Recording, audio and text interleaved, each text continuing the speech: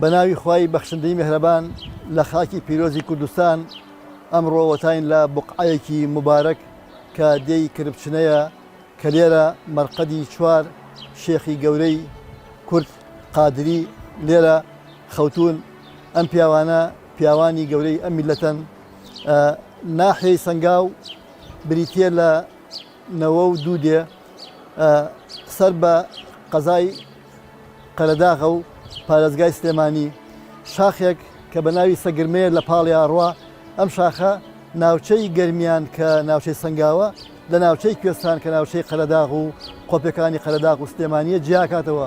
هەتا سەگرمە یعنی من وای بۆچم کە لە ناوی سەگرمە سنووری گەرماوە هاتووە کە ئەم ناوچەی جیا کردەوە. ئەم ناحەیە دەشتێکی گەورەی هەیە، دەشتێکی کشتتوکاڵی گەورەی هەیە بە ناوی دەشتی سەنگاو و کە خەڵکەکەی بەکاری هێنێ بۆ کشتتوکاڵ و بۆ زەراعەت و شاخێکی گەورەیشی هەیە کە خەڵکەکەی بەکاری هێنێ بۆ حیوانات و بەخێوکردنی حیوانات لەم ناوچەیە. شێخ عەبدولکەریمی کەزنەزان ڕەحمەتی خوای لێ بێ کە بە شێخ عەبدولکەریمی یەکەم بەناوبانگە و بە سوڵتان الغەیب بەناوبانگەکە گوایە ماوەی 4 ساڵێک لە خەڵکەکەەوە نەبێ و ئەچێ لەو شاخە خەریکی عیبادەتە بێ. ئەم مەرقە لە ئەسڵا قادرین سەر بە تەریقەتی قادرین. تەریقەتی قادری بێگومان بۆ ماوەی 1000 ساڵ لە کوردستانە خەریکی علم و عیرفان و مزگەوت و حجرە و خەڵکێکی زۆریان پەروەردە کردووە، خەلیفەیەکی زۆریان بەرهەمهێناوە، موریدێکی زۆریان هەبوو، هەتا نزیکی 3 ملیۆن کەس لە کوردستانە کە لەژێر تەریقەی قادری کەسنەزانیە لێرە ئیشی خۆیان کردووە. هەتا سنووری ڕۆحی ئەمانە هەتا هەموو عێراق و هەموو ئێران و تورکیا و هەتا پاکستانی ڕۆشتووە. ئێسەیش ئەمان تەکیان لە هەموو ئەو وڵاتانە هەیە.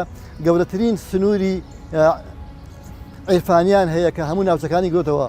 ئەم پیاوانە تێکەڵ بە گەلی کورد بوون، گەلی کورد زۆر ئیسفادەی دەکردوون لە ڕووی ڕۆحیەوە وەکو بڵێ ڕێکخراوێکی ڕۆحی پەروەردەیی بووە کە گەلی کوردی پەروەردە کردووە لەسەر ئەوەی کە لەسەر بنەماکانی ئیسلام بژی.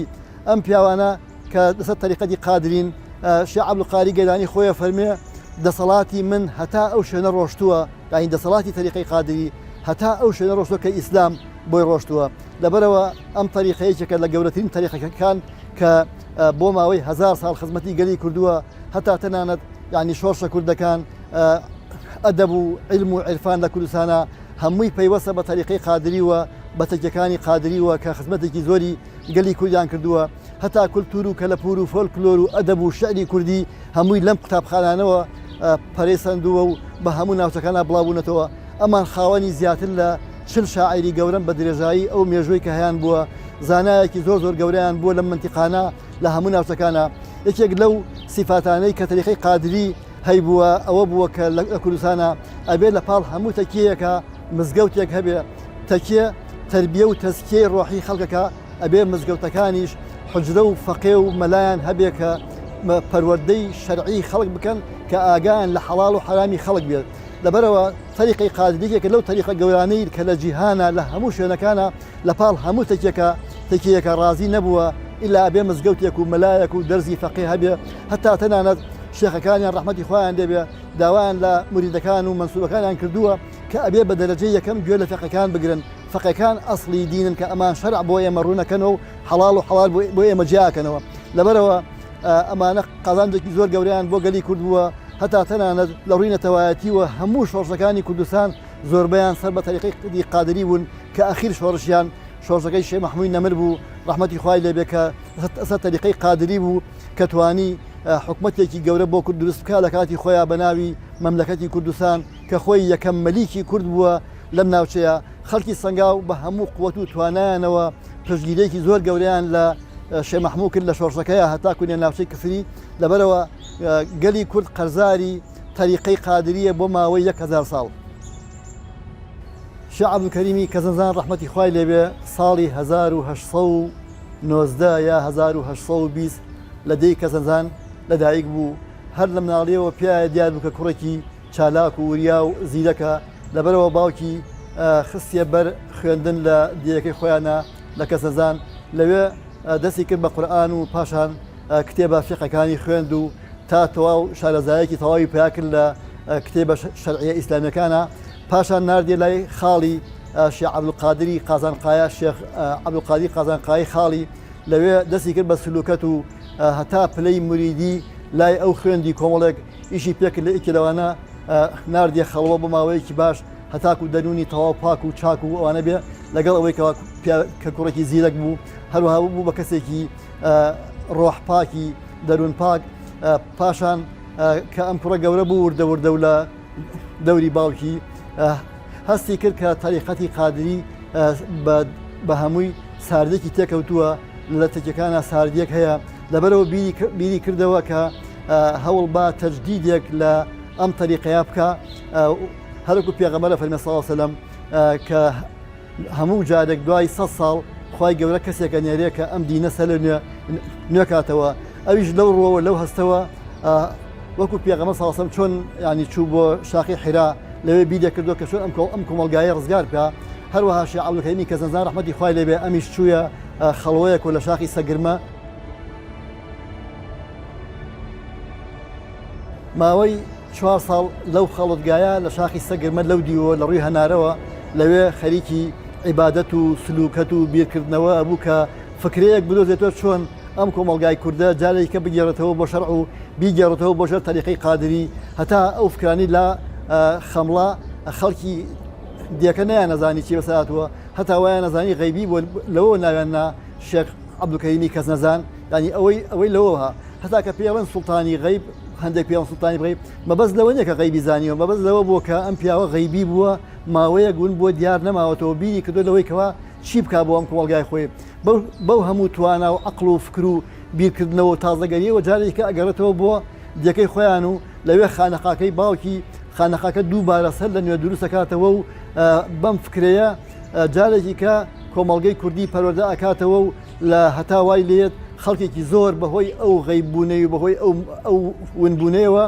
خەڵکێکی زۆر بە دەوریا کۆ بنەوە و جەزبەی زۆر لە خەڵک وەرەگرێ هەتاکو وای لێت تەریقەکەی لە کوردستانە ئەبێ ئەو کاتی سەردەمی شێخ عەبدولکەریمی کەزنەزان ڕەحمەتی خوای لێبێ تەریقەکەی ئەبێ بە گەورەترین تەریقە لە کوردستانە هەموو لایەنەکانێک دێتەوە خەڵکێکی زۆر لەژێر سایە پەروەردەیە بن وای لێ کە تەریقەکەی ئەچێ بۆ تورکیا ئەچێ بۆ پاکستان و بۆ ئەفغانستان هەتاکو شامەڕوا یانی لە سەردەمی شێخ عەبدولکەریمی کەزنەزان ڕەحمەتی خوای لێبێ تەریقەی قادری لەو پەڕی گەشەکردن و لەو پەڕی چالاکییا بوو کە هەموو سنووری کوردستانی گرتبوویەوە و لە پاڵ هەموو تەکیەکە مزگەوتێکی دروست کردبوو لە پاڵ هەموو خەلیفەیەکە مەلایەکی دانابوو کە ئەوان لایەنی ڕۆحی ئەو خەڵکە پەروەردە بکەن و ئەمانیش لایەنی شەرعی ئەو خەڵکە پەروەردە بکەن وایان لێ بکەن کە بە هەردوو باڵەکە بە باڵی ڕۆحی و بە باڵی عیلمی کورد لە هەیەجانا بێ بۆ ئەوەی کە بە تەواوەتی ئیسلامی خۆی جێبەجێ بکە. شێخ عەبدولکەریمی کەزنەزانی یەکەمین شێخی کەزنەزانیە. شێخ عەبدولکەریم طریقەتەکەی دایە کوڕەکەی شێخ عەبدولقادر کەزنەزانی.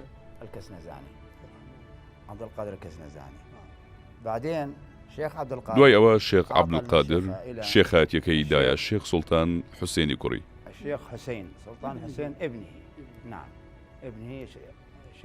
شێخ سوڵتان حوسێن شێخاتیەکەی دایە براکەی کە شێخ عەبدولکەریمی دووەم باوکی شێخ محەممەدی کەزنەزانی بوو. لێرە ئارەمگەی چوار شێخی تێدایە.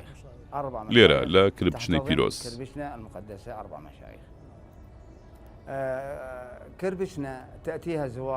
لە هەموو جیهانەوە خەڵک سەردانی کرپچنە دەکەن چونکە تەریقەتی کەزنەزانی لە هەموو جیهان ناوبانگی هەیە. ئەویش لە ئەنجامی ئەو کارەی کە شێخ عەبدولکەریم کەزنەزانی کردی بەمانەوەی لە چیە بۆ ماوەی 4 ساڵ لە خەڵوەتدا.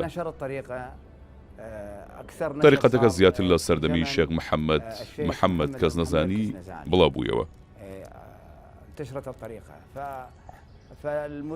طریقەتی کەزنەزانی شوێنکەوتووی لە هەموو جیهاندا هەیە.